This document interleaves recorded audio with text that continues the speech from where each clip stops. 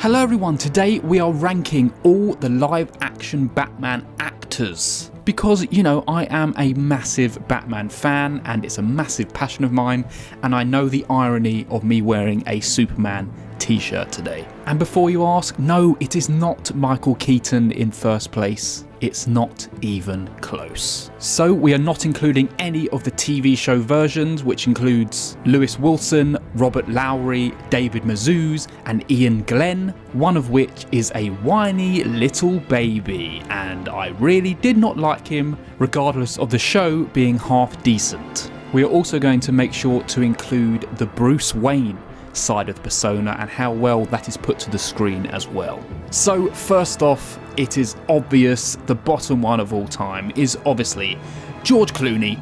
You're rightfully so in bottom place. It is just a mockery of everything we know Batman to be, and there are absolutely no layers to this character, whether it's Batman or Bruce Wayne. It is all terrible. Yes, I know what they were trying to do. They were trying to do a little up-to-date Adam West spin on the character, but that should have stayed where it was in the past. We were not ready for the George Clooney Batman, and I don't think we ever will be. But what we were ready for in 1966 was Adam West's Batman. Now, this just struck a chord at the time, and it's still absolutely a classic take on the character. It is hilarious, camp, colourful, it is just wonderful stuff. And, you know, sometimes you just can't get rid of a bomb. There's not too much distinction between the Bruce Wayne and Batman here. It's all pretty much the same performance throughout the whole thing, but it's a fun one, and it's lasted the test of time. It's got some fun takes on the Rogues Gallery, and Adam West, what a beauty. Now here is the controversial one, because this is where Michael Keaton comes into play. And I'm not trying to say he's a bad Batman. I'm not trying to say he's a bad Bruce Wayne, but he's just not the best one of either of them. I'll say up top, I do love the film. It's great, it's wonderful, and yes, it's an absolute classic. But the suit, damn clunky as hell. He can't do much in it, and of course the look is absolutely iconic, but him as Bruce Wayne, there's no depth there. I don't feel the pain behind the eyes of Bruce Wayne. He doesn't feel like a man who was set on this journey years ago as a child. But ultimately, let's not get it twisted, Michael Keaton is an absolute treasure, and he is absolutely wonderful and cool as hell as Batman. I'm Batman.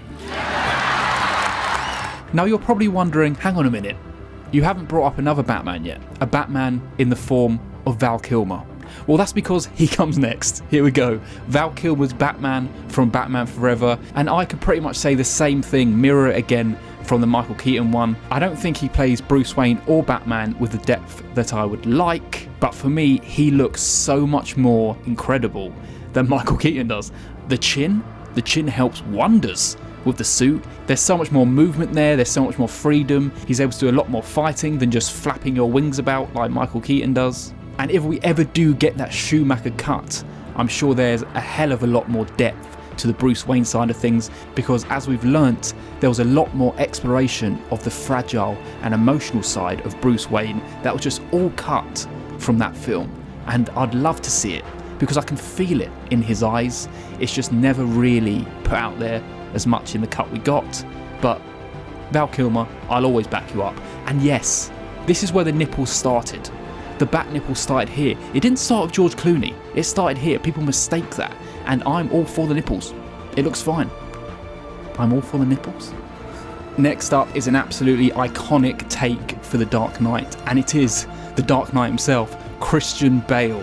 In all three iterations of this character, from Batman Begins to The Dark Knight and The Dark Knight Rises, Batman himself is absolutely beautifully played by Christian Bale. The suit, both in Batman Begins and onto The Dark Knight and Dark Knight Rises, is always iconic and looks amazing. The freedom of the suit as soon as we get to Dark Knight is wonderful.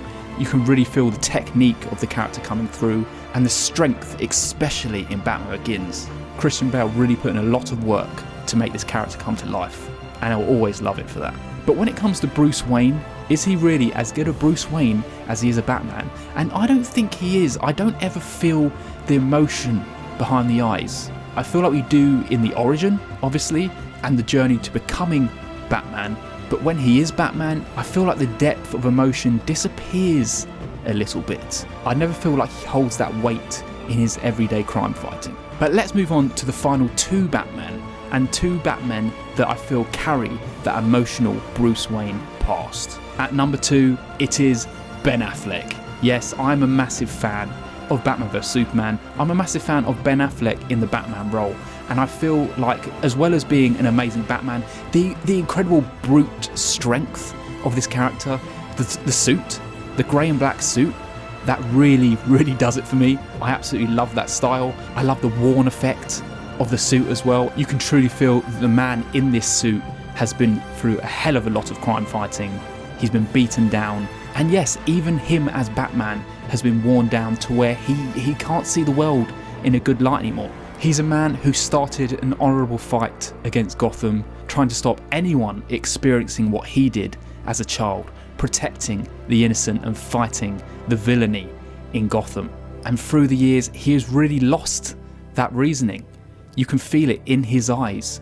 He's a beaten down man, unhappy. The trauma of his past has really got to him to a point where he is violent and angry and upset that the world he inhabits is never going to change. And if you are stuck on the fact of the whole Martha situation, I've spoken about this before, and let me drop a clip right here of why I think the Martha scene works and everybody is wrong about it. Guess what? Clark Kent, he's been investigating this whole time. He's a journalist. He's found out exactly about who Batman is, who his parents were. He's a multimillionaire. Of course he knows who his parents is. They died, right? They got shot. He knows that he's Batman because of his parents, because of Martha, right? Oh yes, so sorry, both their parents are called Martha, but he knows this is going to snap him back. Save Martha. This is your chance to do the right thing. Save Martha. Snap back to reality. Yeah. Realise what you're doing, right? You're here to fight for justice and vengeance for your mother being killed. Martha, tonight you're going to save Martha. And Batman, it snaps him out of it. It does. He's saying, why are you saying that name? What am I doing right now? I'm about to kill this guy. He snapped back to reality. He realises he needs to save Martha. Tonight he can do it. Yeah. So yes, I do think that Ben Affleck is an incredible Batman and an incredible take on Bruce Wayne as a man. The brutal, beaten down Batman with the emotional, rugged take on Bruce Wayne is absolutely top tier. But number one of all, yes everyone, it is Robert Pattinson in The Batman. Now, not only is this film incredible, but Pattinson puts to screen the most loyal and wonderful and emotional take on Batman that I have ever experienced. First of all, I love the early take on Batman, a Batman that is just getting into crime fighting. He hasn't truly found his feet. His suit is homemade. His gadgets don't 100% work exactly how he'd expect them to. And when he's in a fight, he takes those punches. It feels grounded, it feels realistic. And most of all, I can see the emotion in the eyes of this Batman. The Bruce Wayne persona is shining through. The sadness, the tears in his eyes. It is not only the most interesting and wonderful take on Batman, it is the best take on Bruce Wayne we have ever had. They do not shy away from the emotional weight of what this man had to experience as a child, and it completely makes you understand why a man who cannot escape his past would be drawn to punishing himself every single night, just trying to rectify and come to terms with what happened to his parents. And I think this is the thing that people forget when we see Batman. There is two sides to this man, and I feel like both of them have to work in unison. You can't forget about the Bruce Wayne that goes with the Batman, and vice versa. You can't forget that there is a man with real trauma behind the mask, and with it comes the understanding of how someone could really get to the situation they're in. Pattinson is by far the best take on the character we have ever had, and I stand by it 100%. Who are your top 3 Batman actors? Who are your top 3 Bruce Waynes? And who do you think embodies both sides of that character the best? I'd love to hear your takes in the comments down below. Remember to like this video, remember to subscribe to the channel, and thank you everyone for watching.